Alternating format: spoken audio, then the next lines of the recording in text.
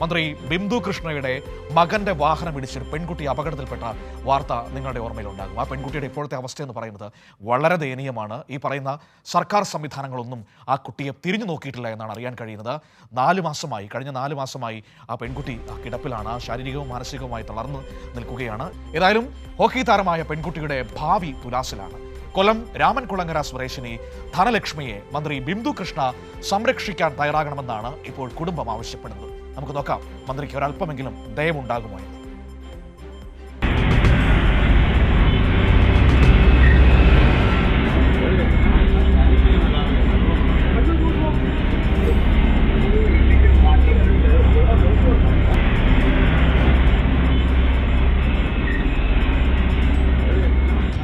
ഇത് നമ്മുടെ ധനലക്ഷ്മി കുടുംബത്തിൻ്റെ ഒരു തുറന്ന കത്തുകൂടി എന്ന് തന്നെ പറയാം. അന്ന് ആ ഏപ്രിൽ 7-ാം തീയതി നടന്ന ആ അപകടത്തിൻ്റെ ദൃശ്യങ്ങൾ നിങ്ങളിപ്പോൾ കണ്ടിട്ടുണ്ടാവും.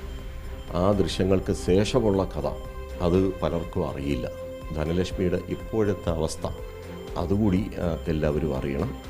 അപ്പോൾ അതിൽ ഇപ്പം ആ ധനലക്ഷ്മിക്ക് ചില കാര്യങ്ങൾ നമ്മുടെ സമൂഹത്തോട് പറയാനുണ്ട്. അവൾക്ക് ഒരുപാട് സ്വപ്നങ്ങളുണ്ടായിരുന്നു, അതുകൂടി കേൾക്കാം. മോളെ, ഓൾക്ക് എന്താ പറയാനുള്ളത്? ഞാനൊരു ഹോക്കി പ്ലെയർ ആയിരുന്നു. എനിക്ക് ഈ ആക്സിഡൻറ്റ് നടന്ന സമയത്ത് നാഷണൽ സെലക്ഷൻ കിട്ടിയായിരുന്നു സബ് ജൂനിയറായിട്ട്. അപ്പോൾ ഇതിനൊന്നും പോകാൻ പറ്റില്ല, ഇനി നടക്കണമെങ്കിൽ 2 വർഷമാണെന്ന് പറഞ്ഞു. ഞാനിപ്പോൾ 9ാം ക്ലാസ്സിലാണ്. സ്കൂളിലും എവിടെയും പോകാൻ പറ്റത്തില്ല. വളരെ ഒരു സാഡായിട്ടുള്ള ഒരു ഇതാണ്. 5 മാസമായിട്ട് മോൾ ഈ ബെഡിലാണ്? അതെ, 5 മാസമായിട്ട് ഞാൻ ഈ ഒരു ബെഡിൽ തന്നെയാണ്. നടക്കാനും പുറത്തോട്ട് എല്ലാവരും നടക്കുമ്പം എനിക്കും ആഗ്രഹമുണ്ട് നടക്കാനൊക്കെ പോകണം, പക്ഷെ പറ്റില്ല. ഒരു 2 വർഷമെന്നാണ് ഡോക്ടർ പറഞ്ഞേക്കുന്നത്. പിന്നെ 2 ഇഞ്ച് അളവ് കുറവുണ്ട് കാലിന്. അത് വളരെ ഒരു ബുദ്ധിമുട്ടാണ്. അതിലേക്ക് നമ്മൾ ഓവർകം ചെയ്യണം. മോളതിൽ തളരേണ്ട കാര്യമില്ല. അമ്മ ശ്യാമള, ഇത് അന്ന് ഈ ഒരു അപകടം സംഭവിച്ചു. ബിന്ദുകൃഷ്ണയുടെ മകൻ്റെ പേരിലുള്ളതാണ് വാഹനം. അപ്പോൾ അപകടം എപ്പോഴും സംഭവിക്കാവുന്നതാണ്. അവർ ചികിത്സാ ചെലവ് മുഴുവനും ഏറ്റെടുക്കാമെന്ന് അന്ന് തന്നെ ഇപ്പോൾ മന്ത്രിയായിരിക്കുന്ന ബിന്ദുകൃഷ്ണ അന്നേ MLA ആവുന്നതിന് മുമ്പേ പറഞ്ഞിരുന്നതാണ്. അതവർ ചെയ്തോ? ഇപ്പം നിങ്ങൾ എന്താണ് നിങ്ങളുടെ ആവശ്യം? ഇപ്പം നമ്മുടെ ആവശ്യം, നമ്മളിപ്പോൾ പെരുവഴിയിലാണ്. കുഞ്ഞിന് ഡിസ്ചാർജ് ചെയ്ത് ഇപ്പോൾ 2 മാസം, ഏപ്രിൽ മാസം 7-ാം തീയതി മുതൽ മെയ് 13-ാം തീയതി വരെ നമ്മൾ മെഡിസിറ്റിയിലുണ്ടായിരുന്നു. ഈ 36 ദിവസം കഴിഞ്ഞതിന് ശേഷം ഡിസ്ചാർജായി. അത് കഴിഞ്ഞ് നമ്മൾ വീട്ടിൽ വന്ന് 2 ആഴ്ച കഴിഞ്ഞപ്പം വീണ്ടും നമ്മൾ ജൂൺ 7-ാം തീയതി അഡ്മിറ്റായി. അതിനുശേഷം ഞങ്ങൾ 58 ദിവസം ആസ്പത്രിയിലായിരുന്നു. കുഞ്ഞിൻ്റെ ചികിത്സയും കുഞ്ഞിൻ്റെ ചിലവും അവർ നോക്കി. പക്ഷേങ്കിൽ എൻ്റെ വീട്ടിൽ ഞാൻ ജോലിക്ക് പോയാലേ എൻ്റെ കുടുംബത്ത് ചിലവും കാര്യങ്ങളും എല്ലാം നോക്കാൻ പറ്റൂ. എൻ്റെ കുടുംബത്തിൻ്റെ അത്താണിയാണ് ഞാൻ. പക്ഷേ ഇന്ന് അതെല്ലാം മുടങ്ങി ഞങ്ങളുടെ അടുത്ത് മാറാൻ പറഞ്ഞിരിക്കുവാണ്. വീട് നോക്കിയിട്ട് ഞങ്ങൾക്ക് കിട്ടിയില്ല. 5 മാസത്തെ വാടകയും കറണ്ട് ചാർജും എല്ലാം മുടക്കത്തിലാണ്. ഇറങ്ങിക്കൊടുക്കണം. കുഞ്ഞിനെ ഇങ്ങനെ സംഭവിച്ചതിൽ ഒരുപാട് ഓപ്പറേഷൻ കഴിഞ്ഞു. കുഞ്ഞിന് 500-ൽ പരം തയ്യൽ കുഞ്ഞിനുണ്ടായിരുന്നു. ഇടത് കാലിൻ്റെ 2 എല്ല് പൊട്ടിപ്പോയി. മുട്ടുകളിന് താഴെ കുഞ്ഞിൻ്റെ കണങ്കാലിൻ്റെ ഭാഗം അറ്റുപോയി. അതിലൊരു പീസ് തെറിച്ചു പോയി. കിട്ടിയ പീസ് ഇത്രയുമാണ്. അത് നുള്ളിപ്പറക്കി അത് സർജറി ചെയ്തിരിക്കുന്നത്. വലത്തെ കാലിൽ നിന്ന് മാംസം വെട്ടിയെടുത്തും ഇടത്തെ കാലിൽ നിന്ന് തൊലിയും എടുത്താണ് കുഞ്ഞിൻ്റെ പ്ലാസ്റ്റിക് സർജറി വരെ ചെയ്തത്. ഇതിലെല്ലാം കമ്പി ഇട്ടിരുന്നു. കുഞ്ഞിൻ്റെ ഇടത് കാല് തറയെ ചവിട്ടരുത്. 2 വർഷത്തോളം പിടിക്കുമെന്നാണ് ഡോക്ടർമാർ പറഞ്ഞിരിക്കുന്നത്. പക്ഷേ കുഞ്ഞിന് എക്സ്റേക്കകത്തും പിന്നെ രക്തം ടെസ്റ്റ് ചെയ്തതിനകത്തും MRI എടുത്ത അണുബാധയുണ്ട്. അപ്പോൾ ഇപ്പോഴും ഞങ്ങൾക്ക് പേടിയാണ്. കുഞ്ഞിന് നാളെ എന്താകും ഏതാകുമെന്നൊന്നും ഞങ്ങൾക്ക് അറിയത്തില്ല. ഞങ്ങളുടെ ഈ സംഭവത്തിന് ശേഷം ഞങ്ങളുടെ ജീവിതം താറുമാറായി, പെരുവഴിയിലാണ്.